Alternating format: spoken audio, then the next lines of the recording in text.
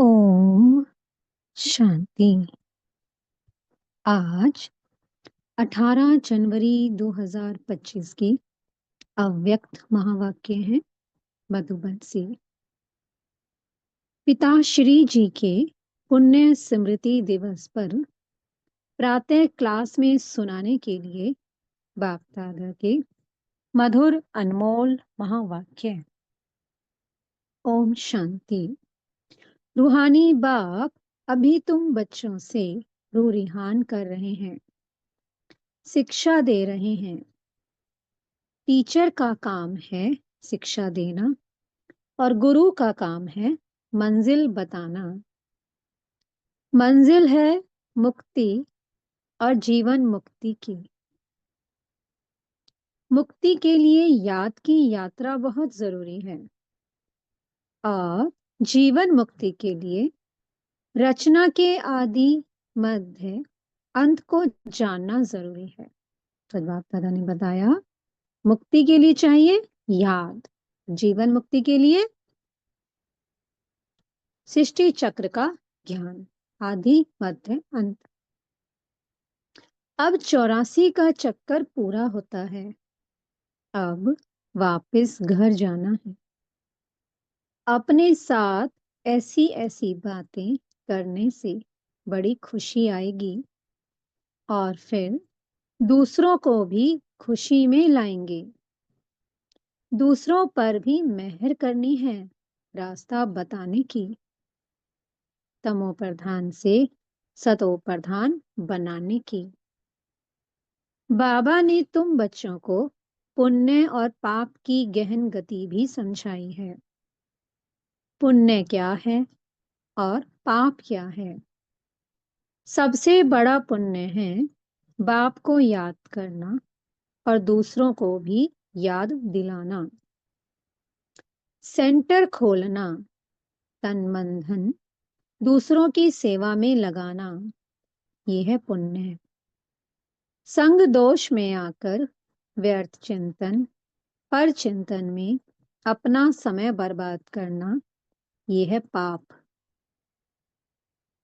अगर कोई पुण्य करते करते पाप कर लेते हैं तो की कमाई सारी खत्म हो जाती है। जो कुछ भी पुण्य किया वह सब खत्म हो जाता है। फिर जमा के बदले ना हो जाती है, घाटा पड़ जाता है। पाप कर्म की सजा भी ज्ञानी तो आत्मा बच्चों के लिए 100 गुना है, क्योंकि सतगुरु के निंदक बन जाते हैं। इसलिए बाप शिक्षा देते हैं, मीठे बच्चे कभी भी पाप कर्म नहीं करना। विकारों की चोट खाने से बचकर रहना।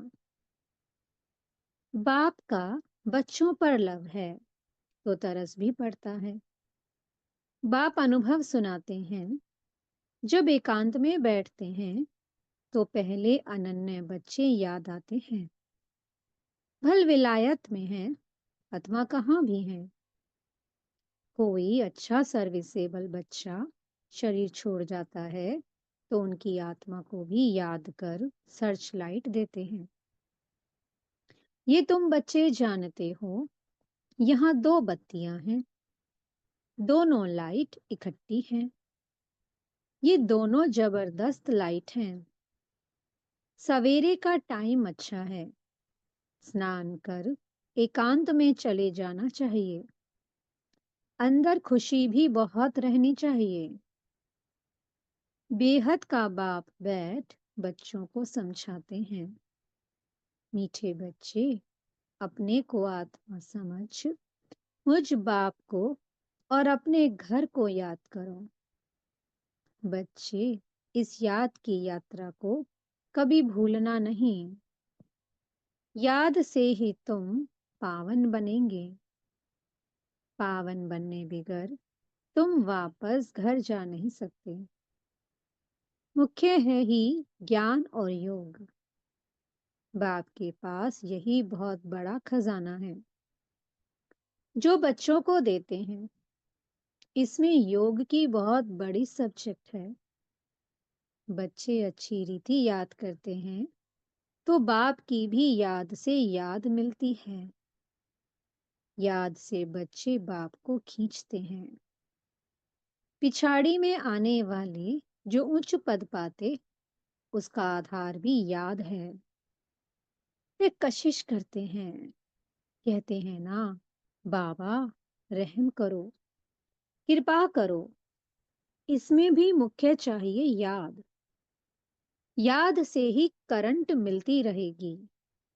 इससे आत्मा हेल्दी बनती है, भरपूर हो जाती है। कोई समय बाप को किसी बच्चे को करंट देनी होती है तो नींद भी फिट जाती है। ये फुरना लगा रहता है कि फलाने को करंट देनी है। तुम जानते हो, करंट मिलने से आयु बढ़ती है, एवर हेल्दी बनते हैं। ऐसे भी नहीं कि एक जगह बैठ याद करना है। बाप समझाते हैं, चलते फिरते, भोजन खाते, कार्य करते भी बाप को याद करो। दूसरे को करंट देनी है तो रात्रि को भी जागो। बच्चों को समझाया है, सवेरे उठकर जितना बाप को याद करेंगे उतना कशिश होगी। बाप भी सर्च लाइट देंगे। आत्मा को याद करना अर्थात सर्च लाइट देना। फिर इसको कृपा कहो, आशीर्वाद कहो। तो बाबा भी बच्चों को सर्च लाइट देते हैं। तुम बच्चे जानते हो, ये अनादि बना बनाया ड्रामा है। ये हार जीत का खेल है। जो होता है वह ठीक है। क्रिएटर को ड्रामा जरूर पसंद होगा ना, तो क्रिएटर के बच्चों को भी पसंद होगा। इस ड्रामा में बाप एक ही बार बच्चों के पास, बच्चों की दिल व जान, सिक व प्रेम से सेवा करने आते हैं। बाप को तो सब बच्चे प्यारे हैं। तुम जानते हो, सतयुग में भी सब एक दो को बहुत प्यार करते हैं। जानवरों में भी प्यार रहता है। ऐसे कोई जानवर नहीं होते जो प्यार से ना रहें। तो तुम बच्चों को यहाँ मास्टर प्यार का सागर बनना है। तो यही तो हमें प्रेम के संस्कार भरने हैं। तो यही प्रेम के संस्कार हम सतयुग में ले जाएंगे। तभी तो हम सब एक दूसरे को प्रेम करेंगे। यहाँ बनेंगे तो वह संस्कार अविनाशी बन जाएंगे। बाप कहते हैं, कल्प पहले मिसल हूबहू फिर से प्यारा बनाने आया हूँ। कभी किसी बच्चे का गुस्से का आवाज सुनते हैं तो बाप शिक्षा देते हैं, बच्चे गुस्सा करना ठीक नहीं है।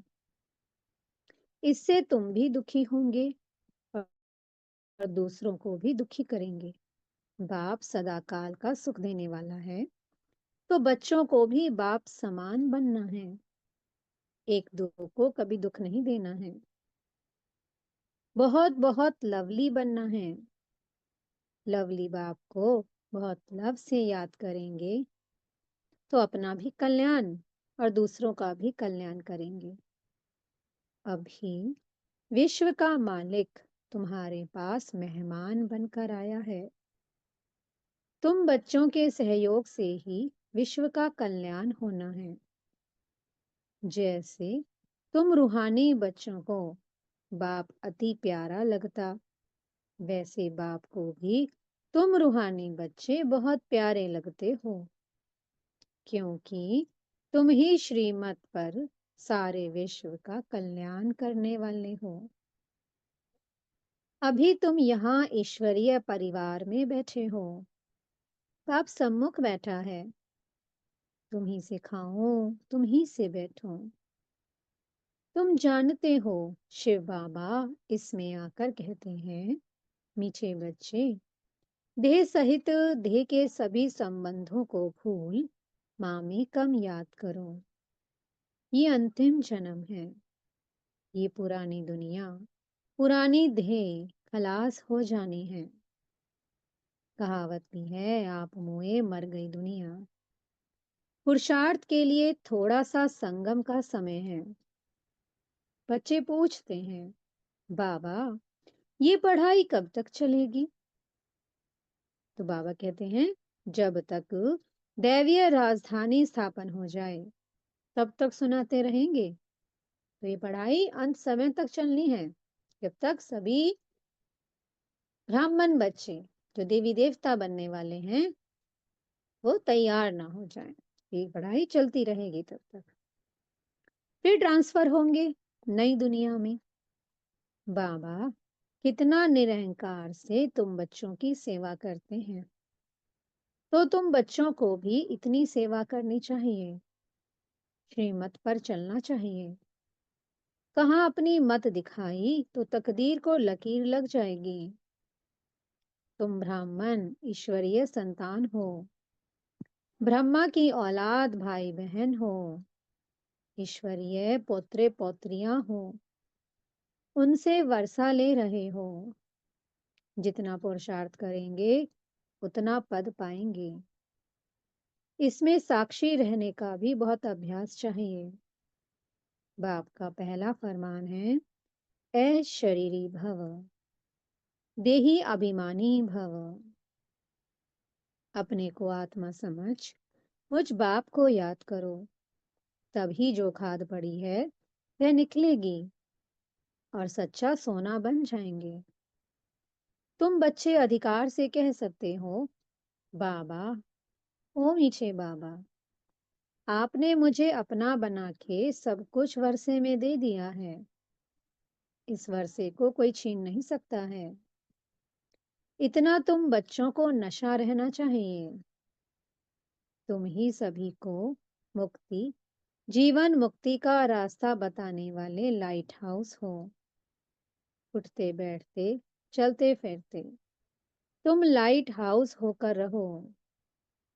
बाप कहते हैं, बच्चे, अब टाइम बहुत थोड़ा है, गाया भी जाता है एक घड़ी आधी घड़ी। जितना हो सके एक बाप को याद करने लग जाओ और फिर चार्ट को बढ़ाते रहो। अच्छा, मीठे मीठे सी किलधे लक्की और लवली ज्ञान सितारों को माता पिता बाप दादा का दिल व जान सिक व प्रेम से याद प्यार और गुड मॉर्निंग। रूहानी बाप की रूहानी बच्चों को नमस्ते। हम रूहानी बच्चों की मीठे मीठे रूहानी बाप दादा जी को बहुत बहुत याद प्यार, गुड मॉर्निंग और नमस्ते। अव्यक्त महावाक्य है, निरंतर योगी बनो। जैसे एक सेकंड में स्विच ऑन और ऑफ किया जाता है, ऐसे ही एक सेकंड में शरीर का आधार लिया और फिर एक सेकंड में शरीर से परे अशरीरी स्थिति में स्थित हो जाओ।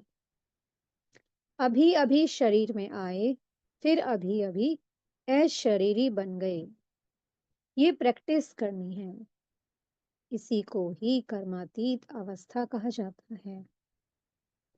जैसे कोई वस्त्र धारण करना व ना करना अपने हाथ में रहता है। आवश्यकता हुई धारण किया और आवश्यकता ना हुई तो उतार दिया। ऐसा ही अनुभव इस शरीर रूपी वस्त्र को धारण करने और उतारने में हो।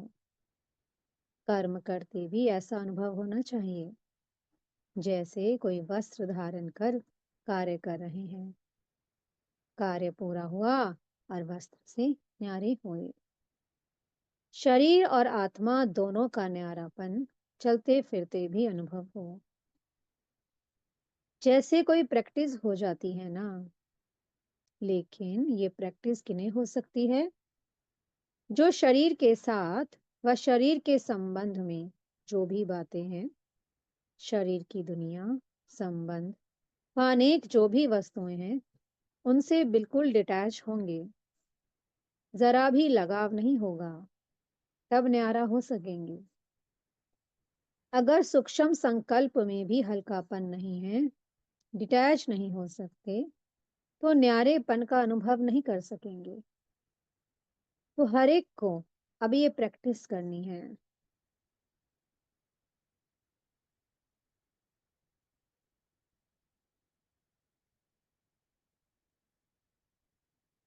तो हर एक को अब ये प्रैक्टिस करनी है, बिल्कुल ही न्यारेपन का अनुभव हो। इस स्टेज पर रहने से अन्य आत्माओं को भी आप लोगों से न्यारेपन का अनुभव होगा। वो भी महसूस करेंगे। जैसे योग में बैठने के समय कई आत्माओं को अनुभव होता है ना, ये ड्रिल कराने वाली न्यारी स्टेज में है। ऐसे चलते फिरते फरिश्तेपन के साक्षात्कार होंगे। यहाँ बैठे हुए भी अनेक आत्माओं को, जो भी आपके सतयुगी फैमिली में समीप आने वाले होंगे, उन्हों को आप लोगों के फरिश्ते रूप और भविष्य राजपद के दोनों इकट्ठे साक्षात्कार होंगे। जैसे शुरू में ब्रह्मा में संपूर्ण स्वरूप और श्री कृष्ण का दोनों साथ साथ साक्षात्कार करते थे। जैसे ब्रह्मा बाबा में संपूर्ण स्वरूप और श्री कृष्ण का दोनों साथ साथ साक्षात्कार करते थे, ऐसे अब उन्हों को तुम्हारे डबल रूप का साक्षात्कार होगा। तुम्हारे फरिश्ते स्वरूप का और तुम्हारे दैवीय स्वरूप का साथ साथ साक्षात्कार होगा। जैसे जैसे नंबरवार इस न्यारी स्टेज पर आते जाएंगे, तो आप लोगों के भी ये डबल साक्षात्कार होंगे। अभी ये पूरी प्रैक्टिस हो जाए तो यहाँ वहां से यही समाचार आने शुरू हो जाएंगे।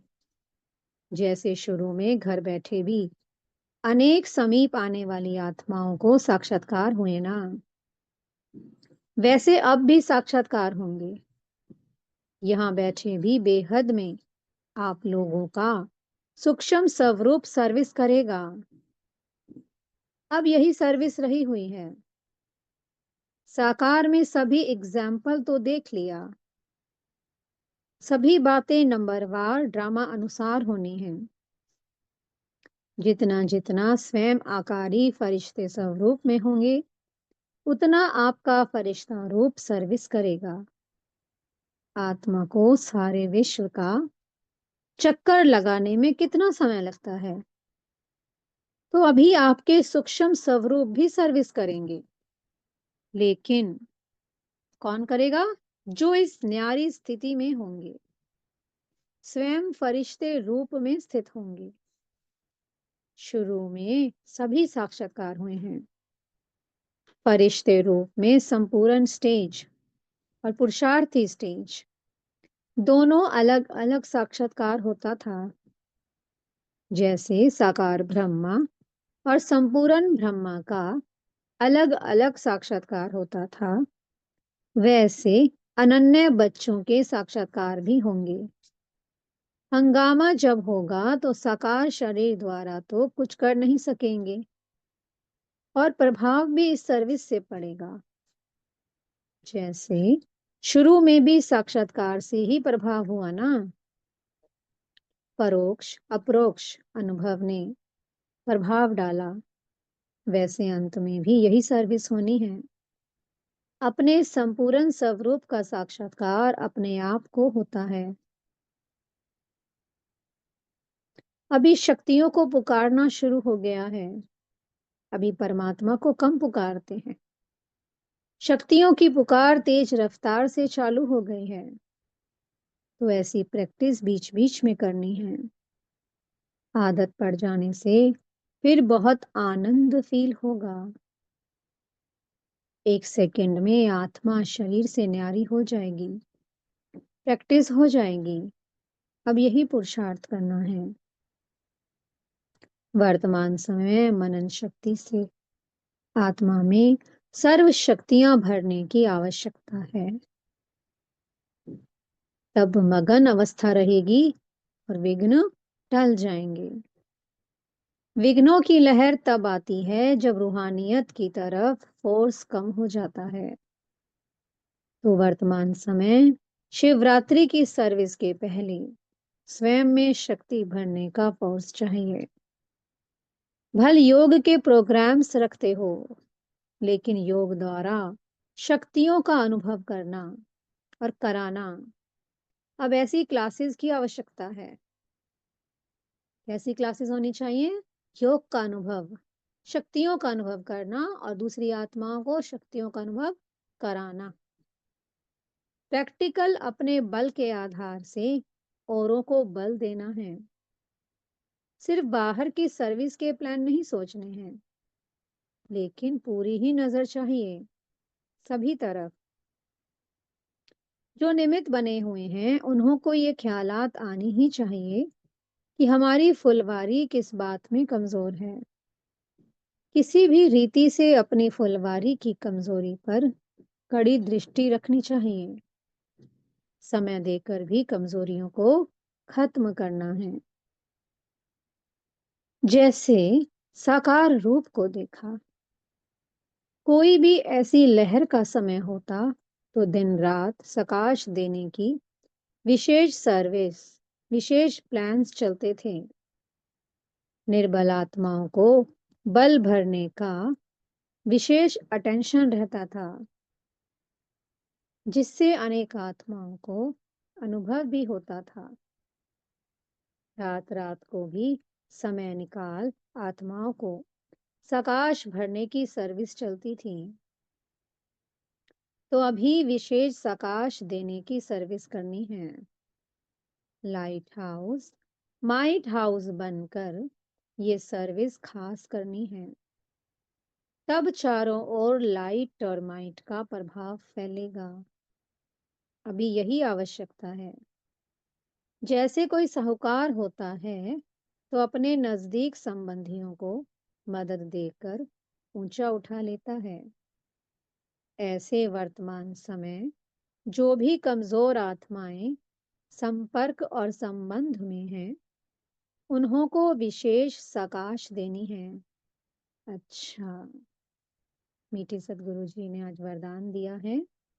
हजार भुजा वाले ब्रह्मा बाप के साथ का निरंतर अनुभव करने वाले सच्चे स्नेही भव।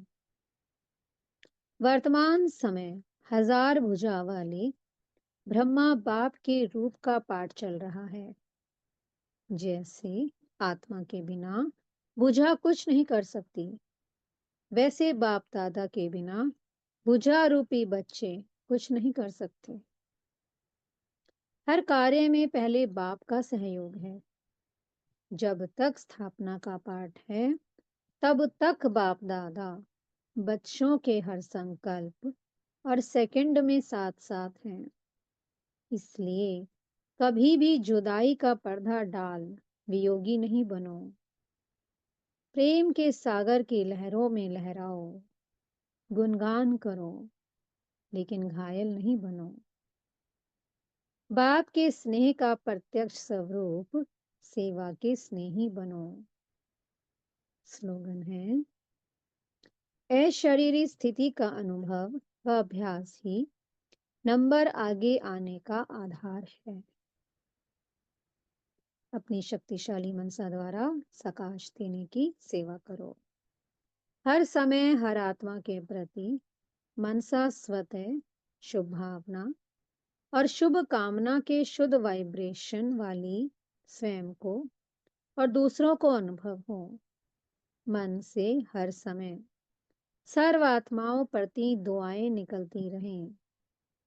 मनसा सदा इसी सेवा में बिजी रहे, जैसे वाचा की सेवा में बिजी रहने के अनुभवी हो गए हो। अगर सेवा नहीं मिलती तो अपने को खाली अनुभव करते हो। तो ऐसे हर समय वाणी के साथ साथ मनसा सेवा स्वतः होती रहे। ओम शांति। बहुत बहुत शुक्रिया प्यारे प्यारे हमारे मीठे मीठे बाप दादा जी का, बेहद का शुक्रिया, बहुत बहुत शुक्रिया। ओम शांति।